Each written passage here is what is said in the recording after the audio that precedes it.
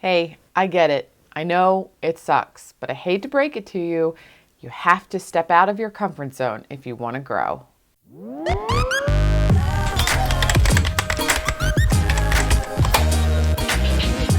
Hey everybody, and welcome back.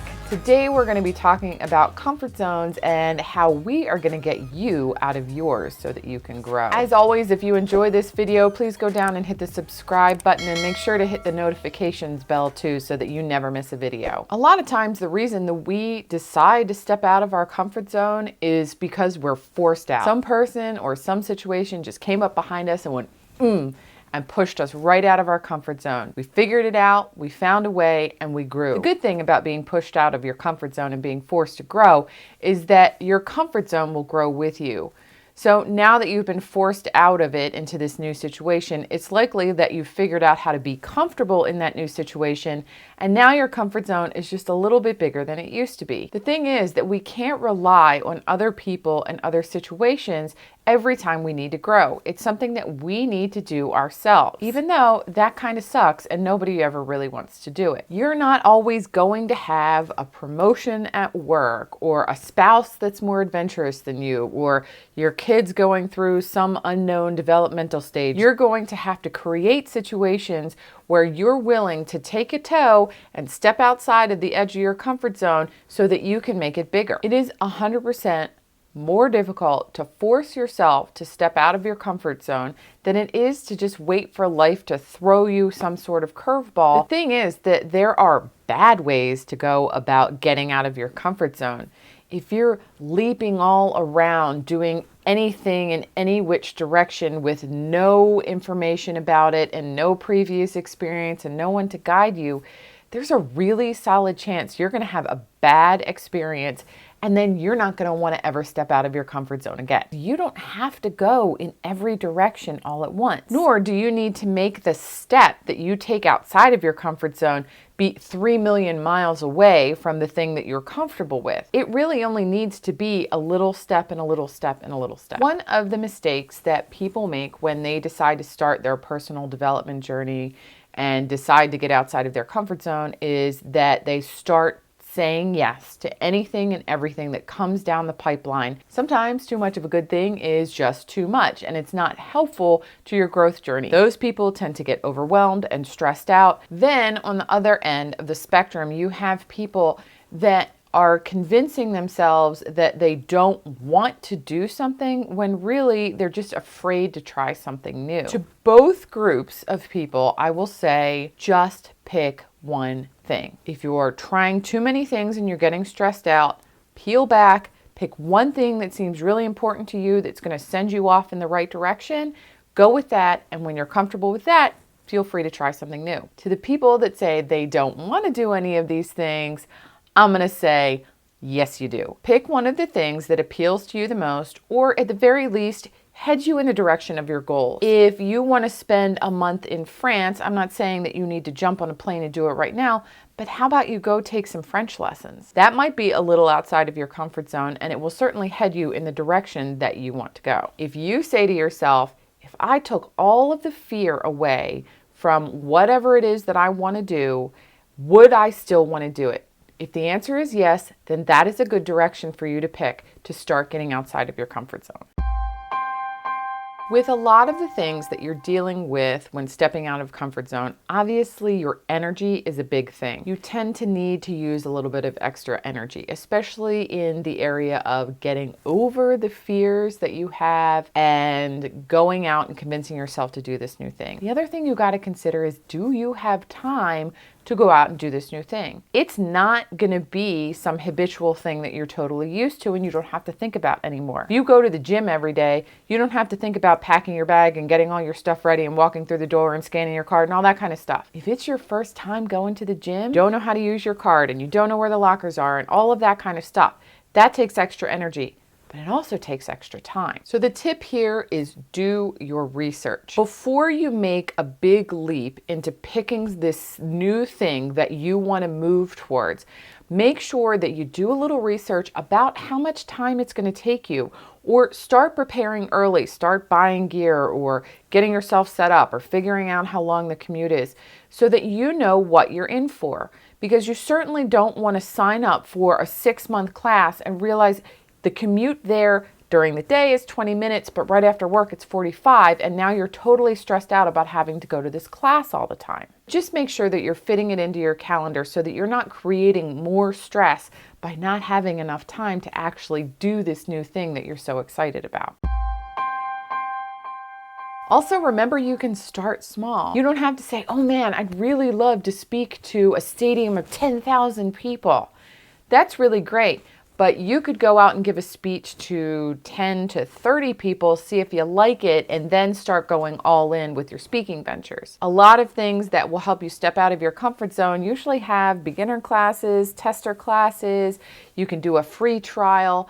Try some of those things before you're really committing to the thing that's really going to send you on your growth journey.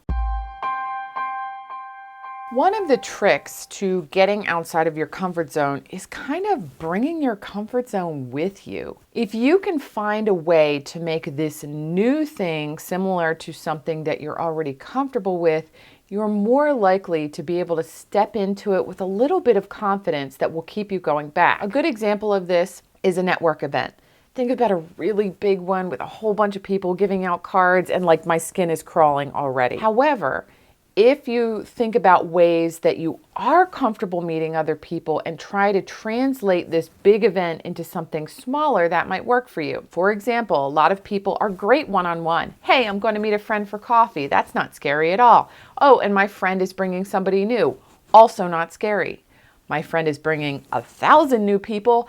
That's a little nerve-wracking. The way to get around this is to try to get the situation with 1,000 people to be more like a situation one-on-one or one-on-two. Maybe you ask people, can I just have your card and I'll contact you later and we can meet at a coffee shop? Or you could say, hey, it's really loud in here. Do you think we could go in the hallway and chat? Those are ways that you could turn this giant, scary event into something that's smaller that you're more comfortable with. If you're struggling with trying to figure out, like, this thing is so different, I haven't got the faintest idea.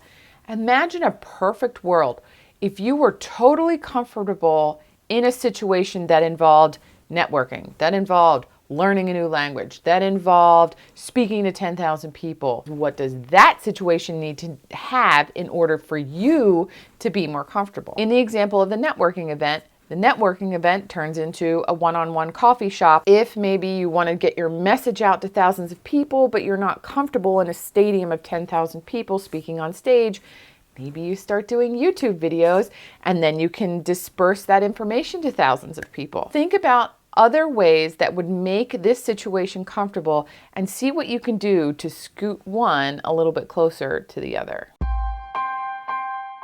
The next way to make this work is to figure out how to make yourself do it. What I mean by that is you're going to need some accountability. For example, do you like deadlines? Do you listen to them? Or do you laugh as they just whiz by your head? Would going to a class where there's other people and that meets every Tuesday at 7 o'clock, would that help? Or does that make it even more terrifying? Figure out what works for you as far as accountability and use those tactics to make yourself do this new thing once you've committed to it. The next thing you're going to have to do is skip over the perfectionism. I will link up the video that I've done about perfectionism in the cards, but what I'm saying here is this is the first time you're going to do something. Do you really think it's going to look perfect? You are going to suck. And that is why there is that meme that's going around that says, have the bravery to suck at something new. We're all going to suck at something new, and it's totally, totally fine. If you were a master of this thing that you're going into, would it be outside of your comfort zone? It would not. Also, what fun would that be? I'm not going to go take a journalism class if I've had 20 years of journalism. I'm not going to show off to all of these people that have never done it before. That would be weird. It might get frustrating. It might get irritating. You might have to do the same thing over and over again, but you will get better. I'm going to tell you what I tell my kids all the time. Making mistakes makes you remember the lesson way better than doing it right the first time. So before you walk through the door of that new class or set foot in that gym, come to terms with the fact that you're a beginner and that you're going to make mistakes, and that this is going to be a little harder than it will be in a few months when you're used to this. The last thing that you're going to need to do to get through this whole stepping out of your comfort zone is to remember why you're doing this. Remembering your why is critically important to getting through this whole comfort zone process. And it really needs to be something that's deeply important to you. For example, there are a lot of people that say that the reason they want to go through the discomfort of losing weight and exercising is so that they can look good. But oftentimes, if that's the only reason they're doing it, they're going to quit. The same thing is true with stepping out of your comfort zone. If it's just some surface reason that you're not really tied to, you're probably not going to stick with it. And this is likely to be the only time that you set foot outside of that circle. Focusing on a real, deep, meaningful reason that you want to do something will help you get through those first mistakes. It'll help you get through that fear that comes up from doing something new, and it's going to keep you motivated. The other thing it's going to do, it will be a form of accountability like I talked about earlier. If you have family that lives in France and you've always wanted to go visit them, but you're afraid of taking that big venture by yourself, if you really tie yourself to those things that you want, and you remember every time that you're making a mistake and you're getting frustrated and you don't want to do this, that you really want to see that family and you really want to go to France, and you think about all the joy that it's going to bring you and them, then it's going to help motivate you to keep going. One of the things that can really help motivate you, and this works with everything, this is something I do with my clients, is to create a visualization of the perfect scenario. Maybe you decide that you're going to picture yourself on the plane to France, and you imagine yourself sitting in your seat, serene and calm and just excited to go. You know the language, you know where you're going, you've done your research, you're calm, everything is wonderful. And if you can spend some time with that, maybe twice a day, a couple of minutes in the morning and a couple of minutes at night, then that will really help keep you motivated, keep you tied to that scenario, and help keep you moving forward. All right, question of the day. What are you going to do next that is outside of your comfort zone?